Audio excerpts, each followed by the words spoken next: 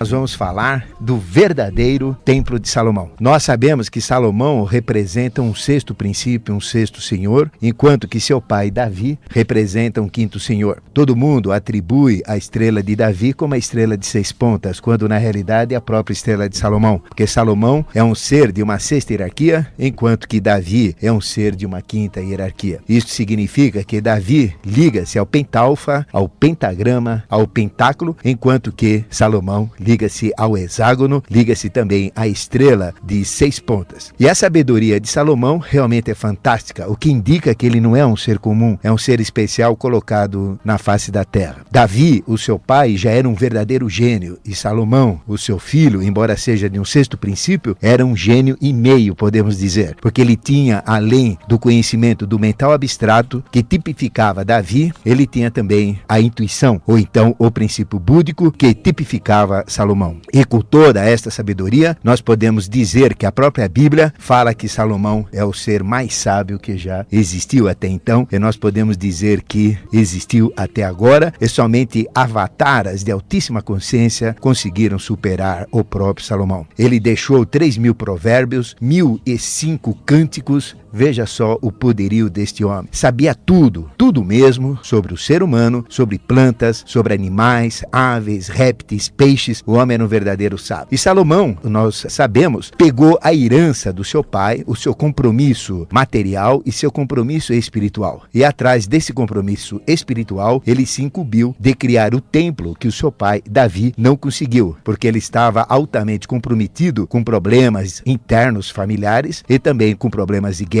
Mas deixou uma fortuna respeitável para que seu filho, se tivesse consciência, continuasse a sua obra. E Salomão então fez uma aliança com Irã de Tiro. E o que ele fez? Combinou com ele, porque no Líbano nós tínhamos naquela época as melhores madeiras constituídas de cedro, onde os sidônios eram os melhores madeireiros, correspondente a esta área do Líbano. E em troca ele fornecia então 20.000 coros de trigo e 20 coros de azeite. E aí então ele conseguiu a madeira. E ele mandou 30.000 homens. Estes homens ficavam colhendo esta madeira, aparando estas madeiras, ficavam 1 mês no Líbano e voltavam 2 meses para casa. E o chefe de todos eles era Adoniram. Depois ele separou mais 70.000 carregadores para transportar todo esse material, 80.000 funcionários para trabalharem nas pedreiras, nas montanhas, que eram os conhecidos gebalitas, e instituiu 3.300 mestres. E no ano 480 após o êxodo, ele começou então a construir esse templo. Isto corresponde mais ou menos em torno de 1011 de nossa era. E construindo este famoso templo, Salomão, vivendo dentro de processos decorrentes do seu próprio pai, conflitos familiares, ele então começou toda esta grande obra e construiu este templo. Todos pensam, Viviane, que o templo era de madeira, que pegou fogo, que destruiu. Isto é uma grande falsidade, porque na realidade o templo era enorme, muito bom, não era tão grande assim, mas ele era precioso, ele era de pedras aparadas com uma perfeição incrível, onde elas se justapunham de uma maneira com uma precisão equivalente àquelas mesmas das pirâmides. Aliás, e o templo era de pedra. Exatamente. A partir daí, então, da construção do Templo de Salomão, é que se reporta a história e o conhecimento e também as fábulas sobre os primeiros maçons, que nada mais são do que, a palavra maçom em francês quer dizer pedreiro. Eram simplesmente aqueles cortadores de pedra e que tinham a capacidade de visualizar nas grutas onde foram buscar as pedras, no subsolo. Eles tinham a capacidade de visualizar os veios e onde cortar, onde talhar e sair com aquela perfeição absoluta e de encaixe perfeito umas sobre as outras. E daí sim, a grande máxima da maçonaria de transformar a pedra bruta em pedra polida. Bonito, né, Viviane? Então, esta casa de Deus que ele construiu, o famoso Templo de Salomão, tinha 60 côvados de comprimento, que equivale a 27 metros, 20 côvados de largura, que dá 9 metros, e 30 côvados de altura, que dá 13 metros e meio. Imagine um templo tendo 27 metros de comprimento, 9 metros de frente e de altura 13 metros e meio. Não era muito grande para envolver todo esse pessoal trabalhando, mas ele tinha uma preciosidade incrível, porque dentro deste templo deveria habitar o Altíssimo. Ele tinha que ser aprimorado, tinha que ser a maior obra que o ser humano pudesse fazer na face da terra. E este templo, ele tinha uma parte dianteira que era o pórtico, e a parte mesmo que era o tabernáculo do Altíssimo, chamadíssimo Sanctum Sanctorum, onde ficavam os grandes valores do templo. Era uma região quadrada, ele tinha 20 de largura, por 20 de comprimento, por 20 de altura, côvados, o que dá 9 por 9 por 9. 9 nós sabemos que é o número do arcano 9, ermitão, que significa o adepto. Ermitão é aquele que vive sozinho numa caverna, mas dentro da linguagem dos arcanos, dos mistérios, é exatamente o oposto. É aquele que está mais comprometido com toda a humanidade, mais envolvido com todo o processo evolutivo. 9 vezes 9 vezes 9 dá o 27, que é um dos grandes números misteriosos dentro da linhagem numérica maçônica. E dentro deste Sanctum Sanctorum, desta região que nós falamos, existiam então 2 enormes querubins. Querubins feitos de oliveira com 10 côvados de altura, que equivale a 4,5 metros. E eles tinham, com as suas asas abertas, 10 côvados de comprimento total. Ou seja, os 2 querubins, unidos um ao outro, pegavam toda a largura do Sanctum Sanctorum. E debaixo desses 2 querubins, de suas asas, existia então a Arca da Aliança. Veja que coisa maravilhosa. Este templo totalmente feito de pedra e que depois ele foi revestido com madeira de cedro, um cedro sem imperfeição nenhuma, o mais perfeito que tinha. E depois de revestir o assoalho, as paredes, o teto de cedro, ainda todas as paredes internas foram revestidas de ouro, de folhas de ouro. Então imaginem, o assoalho de ouro, as paredes de ouro, o teto de ouro, o altar todinho também de pedra, de madeira de cedro e depois de ouro. Tudo era ouro puro. E os próprios querubins, feitos de oliveira, também com as suas asas abertas, eram totalmente cobertos de ouro. E debaixo das asas dos querubins existia então a Arca da Aliança, que nós vamos falar. Mas não era simplesmente uma parede coberta de ouro, era uma parede coberta de olho desenhado, talhado, uma coisa maravilhosa, cheia de desenhos de querubins, de palmeiras e de flores abertas mostrando o esplendor de Deus. Neste ambiente totalmente magnífico vem todo o trabalho de Irão. Irão, o filho da viúva, como é conhecido na maçonaria, da viúva Naphtali, cujo pai também era o fundidor, especialista em bronze, passou todo esse conhecimento para Irão. E Irão, trabalhando bronze, e lembre que bronze liga-se muito às entidades superiores, às hierarquias espirituais. O próprio Yoshua Ben Pandira, o Jesus bíblico, no Apocalipse, ele se mostra com pés de bronze, aquela figura esplendorosa. E este ser, então, fundiu as 2 colunas enormes, colunas com 18 côvados, que dá 8,10 metros, todinha feita de bronze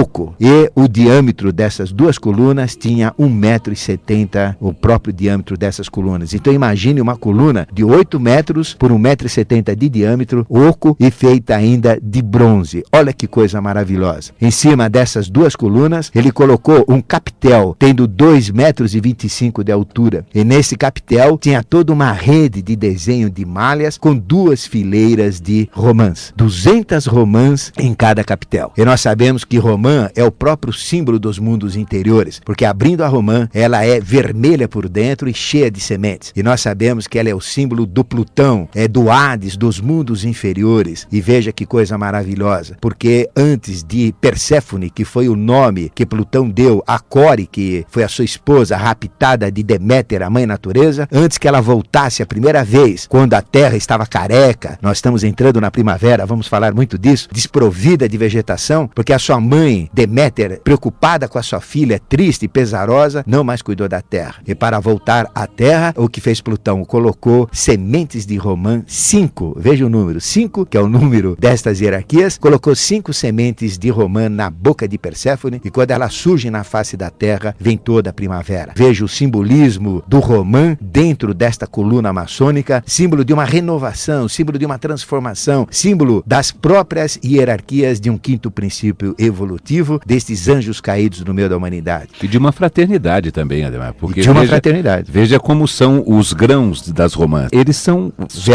vermelhos e são coladinhos uns aos outros. O símbolo de união que existe numa romã é uma coisa fantástica. Você pode tirar a casca, ela continua exatamente como era. É uns apostos sobre os outros e forma aquela união, aquela coisa de fraternidade mesmo. Que é a própria união maçônica. Exatamente. Aí vem um grande simbolismo maçônico da romã. E acima desse capitel existe então um globo. E acima deste globo, uma rede. Veja a potência que tinha isso. Aquela esfera em cima do capitel e uma rede. Como que se fosse uma espécie de um elemento para atrair potestades e forças incríveis. E é realmente o efeito destas 2 2 colunas. E depois o que fez Salomão e o que fez Hirã. Hirã deu o nome que foi aceito na coluna da direita de Jaquim, a coluna da mente, a coluna do homem. E na coluna da esquerda deu o nome de Boaz, a coluna da emoção, a coluna da mulher. A coluna da direita é a coluna do sol, a coluna da esquerda é a coluna da lua. E tudo isso, todo este símbolo ainda foi enriquecido com os lírios. Veja que o lírio, ele nasce no lodo, no lugar mais sujo, no lugar mais conspurcado. De toda essa sujeira nasce então o lírio com todo o seu esplendor, com toda a sua alva pureza. Daí a frase de Salomão também, quando ele se refere às pessoas. Salomão, sim. Sede igual... Olhai os lírios do campo, que nem servem, nem fiam. Nem mesmo Salomão em toda a sua glória jamais se viu. A frase de Jesus, se referindo a Salomão, exatamente. E nem mesmo Salomão com toda a sua glória jamais se vestiu como um deles. Exatamente. Então veja esse símbolo maçônico. Tudo isso foi fundido e depois foi tudo polido, reluzia que nem ouro. Veja que coisa linda. Aquele bronze que tem um aspecto áureo, aspecto de ouro, ainda polido, avermelhado, ele foi fundido em terra barrenta na região de Sucote e Zuretá. Todo este templo é magnífico. E depois, ainda este grande artífice que foi Hirã, ele fundiu 10 blocos e em cada bloco colocou uma pia, tudo isso feito de bronze também. Veja o significado desses 10 blocos com 10 pias que tinham cerca de 4,5 metros de comprimento, blocos de 1,80 m por 1,80 m por 1,35 m de altura e com 4 rodas de 0,67 metros, ou seja, tudo isso se movimentava e tinha estas pias onde eram feitos os holocaustos neste templo. E estas 10 pias serviam para o grande holocausto dedicado aos grandes mistérios salomônicos que nós podemos fazer. E criou também uma bacia que colocou à direita do seu templo, uma bacia conhecida como Mar de Bronze, uma bacia com altura de 5 côvados, que dá 2,25 metros, um diâmetro de 10 côvados, que dá 4,5 metros, 4 dedos de espessura e com o formato de uma flor de lírio. Veja outro simbolismo do lírio. E dentro desta bacia, desta cuba, poderiam colocar 2.000 batos. Cada bato dá 37 litros, ou seja, veja a quantidade de sangue que poderia ser colocado naquele holocausto. 74.000 litros. E essa bacia era assentada sobre 12 bois. Veja todo o simbolismo. 10, 12. 3 bois voltados ao norte, 3 bois ao sul, 3 ao leste e 3 ao oeste. E essa grande bacia, chamada de Mar de Salomão, foi colocada então em cima desses 12 animais. Tudo de bronze, desenhado, polido, tudo com lírios, tudo com desenhos, palmeiras, uma coisa maravilhosa. E quando este templo ficou pronto, aí vem o grande mistério, a busca. Aí vem todo o trabalho, cumprindo todo este trabalho que o seu pai já tinha começado, que era Davi, pelo menos em trabalho espiritual. Ele então vai a Sião e de Sião traz a arca que estava guardada. Chamou todos os chefes de Israel para trazer esta arca. E a arca é a arca da aliança. Mas nessa época, devido a todos os acontecimentos, nós faremos um programa específico sobre a arca da aliança. Nós tínhamos dentro daquela arca somente as 2 tábuas de pedra. Não existiam mais o maná trazido dos céus, engarrafado, não existiam mais os candelabros, não existiam mais a vara de Araão, não existiam mais o altar dos perfumes, apenas estas 2 tábuas de pedra que Moisés recebeu no Monte Horebe, a pedra dos 10 mandamentos. E depois, para continuar todo este processo, fizeram um enorme sacrifício de ovelhas e de bois. Foram sacrificados 22.000 bois e 120.000 ovelhas para a inauguração do templo. Vejam só que 22.000 mais 120.000 dá 144.000, que é o número cabalístico de 12.000 vezes 12, que são as almas dos justos que serão recolhidas segundo os mistérios hebraicos. Vejam então a quantidade de animais que foram sacrificados. Pela história, foi o maior sacrifício já ocorrido até então para inaugurar, para dar o holocausto, para fazer com que a divindade se manifeste. Isso, lógico, não cabia dentro do altar do oráculo, então foi feito nessas cubas que eu falei para vocês. Uma coisa muito maravilhosa. Aí, a arca entrando, automaticamente o templo se encheu de uma nuvem escura, de uma nuvem totalmente acinzentada, quase negra, indicando então que ia surgir a manifestação divina e que o templo ia ser o habitat do Senhor. Este grande ser que foi Salomão aclama para o céu e faz todas as invocações. É uma coisa linda que vale a pena você ler na Bíblia, bastando abrir no livro de Reis, capítulo 8 e os versículos de 23 a 53. Ele fala tudo sobre o povo, sobre a proteção, sobre as guerras, sobre a evolução evolução, é muito lindo. E depois de toda essa prática, evocando o eterno, evocando o divino, ele dá a bênção ao seu povo. E ocorreu então aquela festa maravilhosa, 7 dias de uma festa esplendorosa, mas 7 dias cada um em sua casa, 7 dias no templo, e no 8º o povo foi dispensado para continuar a festa durante mais 7 dias, cada um em seu lar. E nesta atividade, um pouco depois, logo depois, dentro desse período, apareceu então o Senhor, como já tinha aparecido a Salomão em Gibeon. E Salomão então feliz, porque houve a aparição do Senhor, e a partir daquele momento, dentro daquele templo, nós tivemos a presença do Sanctus Sanctorum na face da terra. Um potencial, uma consciência, ou seja, o próprio Melquisedeque estava dentro do templo de Salomão. Mas esse templo de Salomão é este templo com toda essa riqueza. É a coisa mais linda que já foi feita em termos de enaltação ao sagrado. Todo maçom, toda a loja maçônica é um verdadeiro templo de Salomão. E cada maçom, ele mesmo, é um templo de Salomão. Ou seja, o seu corpo é um templo, onde dentro habita também o Sanctus Sanctorum, onde dentro habita a sua consciência, que nós voltaremos a falar para darmos um fechamento no nosso programa. Vamos até um ouvinte que está na linha para fazer a pergunta dirigida ao professor Ademar. Alô? Alô? Quem fala? Maria Aparecida. Tudo bem, Maria Aparecida? Tudo. Você fala de que bairro? Do Tatuapé. Tatuapé. Ah, Tatuapé? E o seu mistério? Não, professor, é uma curiosidade. Eu queria saber 2 coisas. Se as pedras e os ouros, o ouro, né, que foi pro templo, saiu daqui do Brasil, parte dessas pedras, e qual a outra manifestação de Salomão, mais conhecida pra gente? Perfeitamente. Muito obrigado pela sua participação, viu, Maria? Um abraço. Outro para você. Bom, a gente falou que no Sanctus Sanctorum, que era o local do oráculo, e vale dizer que o oráculo é a divindade que se manifesta, é aquela voz superior que nos fala intimamente, é o Deus que se manifesta dentro do templo de Salomão, ou dentro de cada um de nós tem um oráculo dentro de si mesmo, porque o nosso corpo, na realidade, é um templo, e dentro do templo, no altar que nós temos no chakra cardíaco, lá dentro existe um pequeno altar, e envolvendo este altar, nós temos uma flor, que é a flor de ouro, exatamente igual à flor de Salomão. É uma flor de 8 pétalas ligada ao vibhuti, aos 8 vibhutis, aos 8 poderes do adepto que nós sempre falamos através de nossos programas. Então, dentro de nós temos esse ouro, nós temos esse altar, nós temos o Sanctus Sanctorum e nós temos meio de entrar em contato com o nosso oráculo, que é a nossa própria consciência. E a nossa consciência é a manifestação do nosso mestre que nos dita as verdades e os grandes conhecimentos espirituais. Aí vem a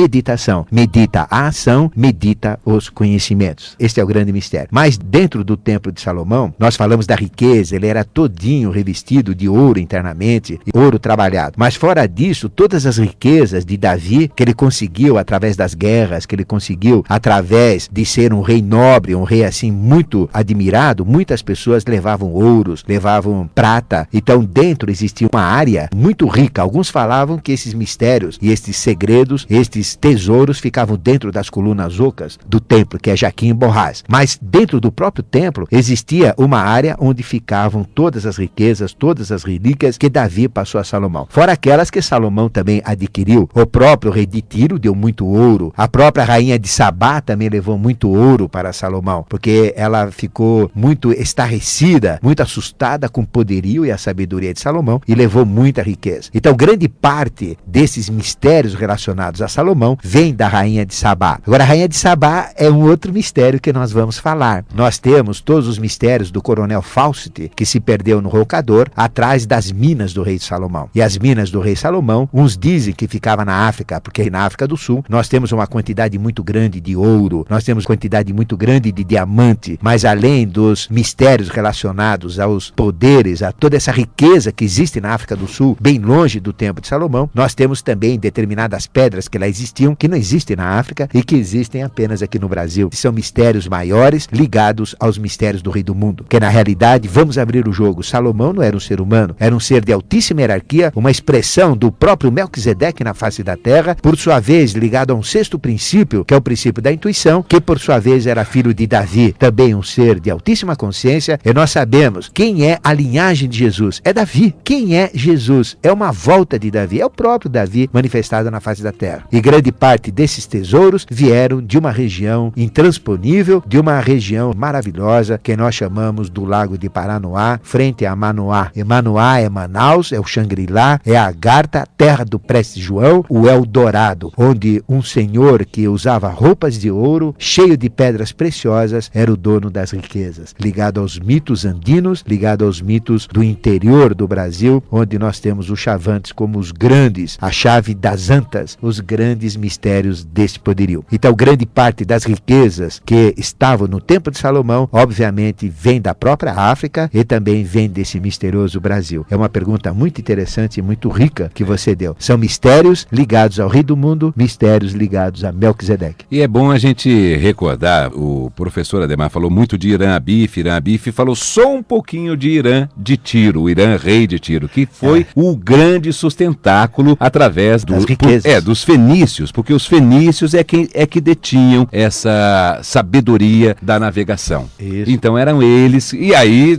todo o mistério da Pedra da Gávea, os fenícios estiveram aqui no Brasil, as inscrições estão lá e tudo mais. Isso. É isso, né, professor? Isso há 850 anos antes de Cristo, ou há 2.850 anos atrás. E o seu grande rei, o seu grande poderio era Badesir, com seus dois filhos primogênitos, Yetbaal e Yetbaal-Bey. Eu já falei aqui no nosso programa que ligado a todos esses mistérios nós temos a figura de Ademar de Barros, o grande Ademar de Barros, que nós temos honra de conhecer o potencial que é este ser. E eu tenho mais honra ainda por ter herdado de minha mãe este nome que eu prezo muito, porque lembra este grande ser que foi o Ademar de Barros, que é uma própria expressão dos mistérios de Badesir e uma própria expressão dos mistérios também de Salomão, que algum dia a gente vai abrir o jogo, porque os tempos são chegados e realmente a gente precisa falar. Então aí formou-se a tríade: Irã, rei de Tiro, Irã Abif e Salomão. É o Irão. A gente, para não confundir, a gente chamou de Tiro Irão, então, e o outro Irã. Exatamente. Bom, eu posso fazer mais uma analogia sobre as minas do rei Salomão? Lógico. Que tal as minas do rio Solimões?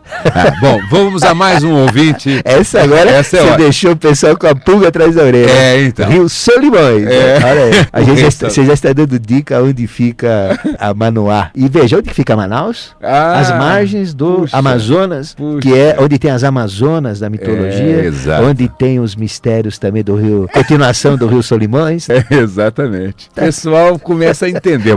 É por isso que a gente fala aqui, que a gente vai tentando tornar menos oculta em nossos programas, o ocultismo. E olha o que o ouvinte fez aí te falar. Pois é. Bom, vamos então a mais um ouvinte, rapidinho para terminar o nosso programa de hoje. Alô? Alô? Quem fala? Maria Auxiliadora. Tudo bem, Maria Auxiliadora? Tudo hoje é bem. dia das Marias participando do nosso programa. Você fala de onde? Do Paraíso. Paraíso, maravilha. Pois não? Eu queria saber, nesse mar de simbologia, o que a gente faz com isso?